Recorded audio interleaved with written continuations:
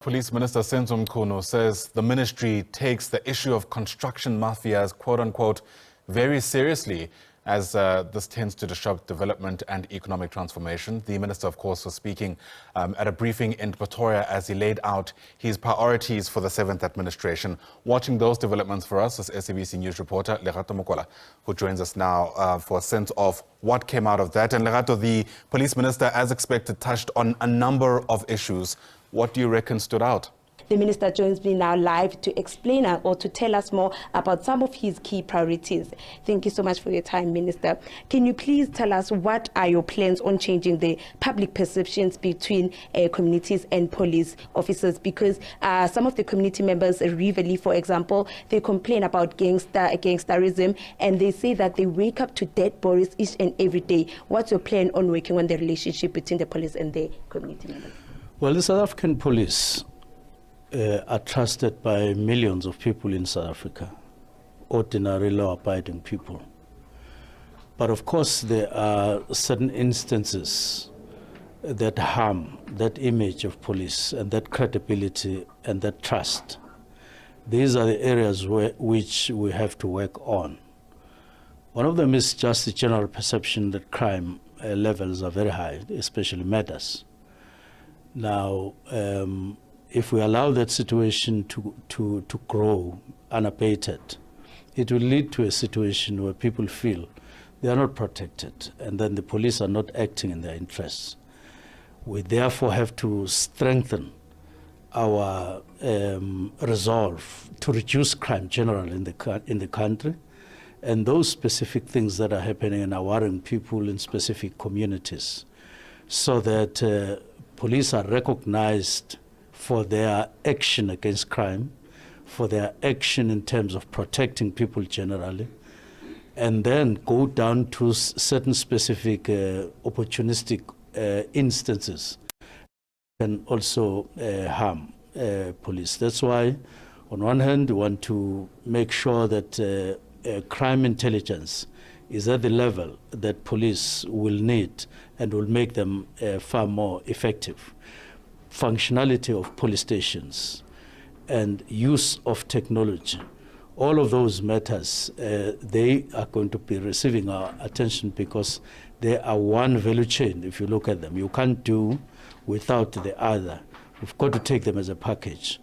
But of course, there are instances where we're going to intervene to bring about order, to bring about stability. But overall, understand us to be going out there to make sure that generally in the country there's stability and that the high levels of crime get reduced substantially.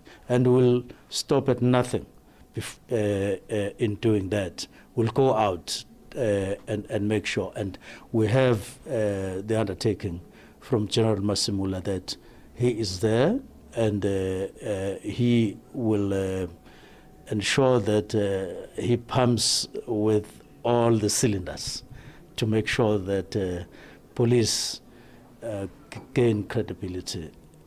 Okay, gender-based violence is a serious issue in South Africa, and the president, it was once declared as a pandemic, and President Ramaphosa also signed a bill, a gender-based amendment bill, and cases have been going up since it was declared a pandemic, and talks have been done with men, campaigns have been done, and what more is being put in place to make sure that women and children in this country feel safe?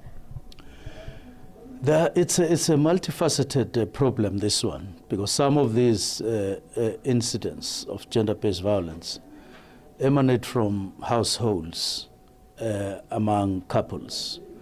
And some of them, of course, there are people, individuals in the main, who are out there to harass women and cause harm to them. And if you look at it, it's not, when police come in, they are where the law is broken and so on.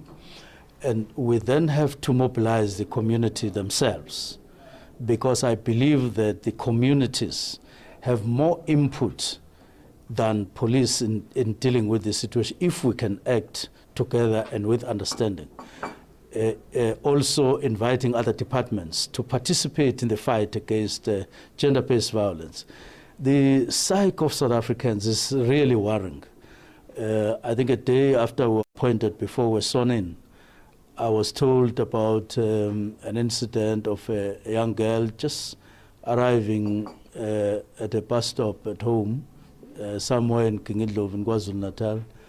Then she alights from a taxi and she goes home. And then she hears somebody running behind her, and then all of a sudden she's attacked and sexually molested. Now, police acted and together with the community arrested the fellow and they called the police and they acted together, and the person in the following day was arrested and is in custody as we speak. And people seemed to have had understanding that this person is really a threat to stability there. So we are saying in some cases, together with the community, we have to be proactive.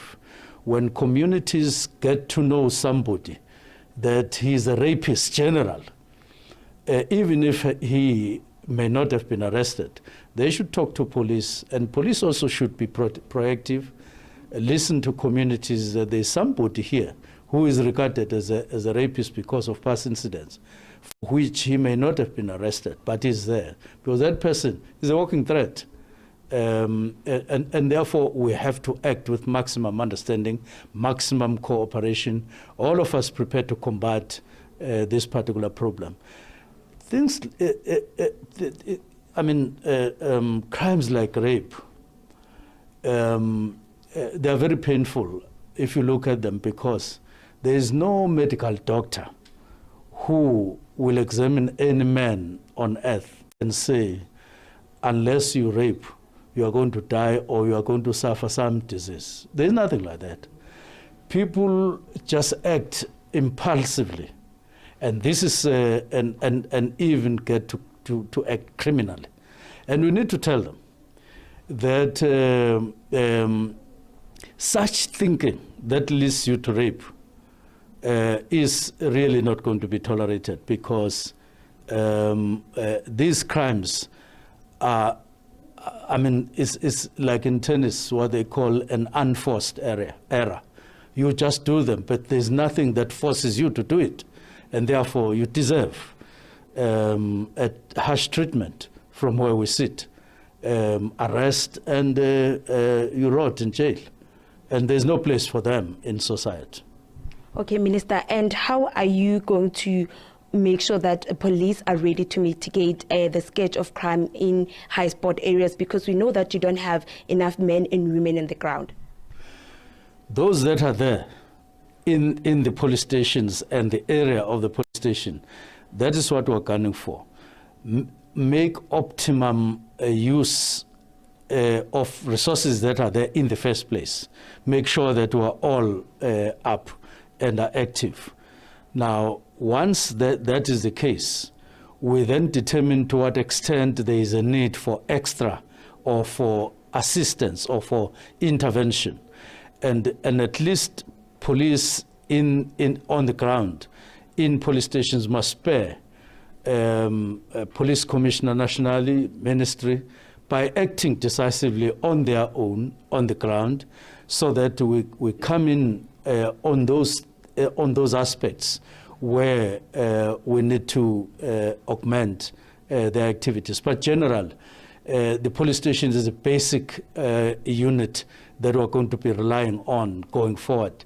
And for that, they need to be equipped. They need to, even if they are not as many as we would love, but those that are there, they must be seen to be acting. They must be seen to be really combating crime. And then we add. Okay, thank you so much for your time, Minister. That was Minister Senzo Mchunu, Minister of Police.